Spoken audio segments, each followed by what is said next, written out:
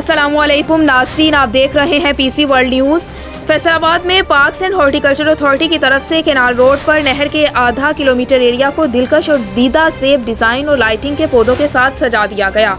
हमारे senior reporter Mirza हारून की तफसीलात के मुताबिक deputy commissioner Mohammad Ali, chairman Latif Nazar और डायरेक्टर जनरल आसमा एजाज चीमा ने मौके का दौरा करके केनाल की खूबसूरती का इफ्तिताह किया। डिप्टी कमिश्नर ने PHA की तरफ से महदूद वसाइल में केनाल रोड के एक हिस्से को दीदा सेब लाइटिंग से सजाने के इकदाम को सराहा और कहा इसकी बदौलत शहरियों को अछूता तासुर नजर आ रहा है। उन्होंने कहा PHA और ज़िले इंतज़ामिया मुकम्मल केनाल को खूबसूरत बनाने के लिए पुरज़्म है ताकि शहरियों को अच्छा माहौल देखने को मिले। उन्होंने कहा क्लीन एंड ग्रीन प्रोग्राम के तहत शहर की खूबसूरती पर खुसूसी तवज्जो मरकूज़ है और PHA की तरफ से अमली इकदामात लायक तहसीन हैं।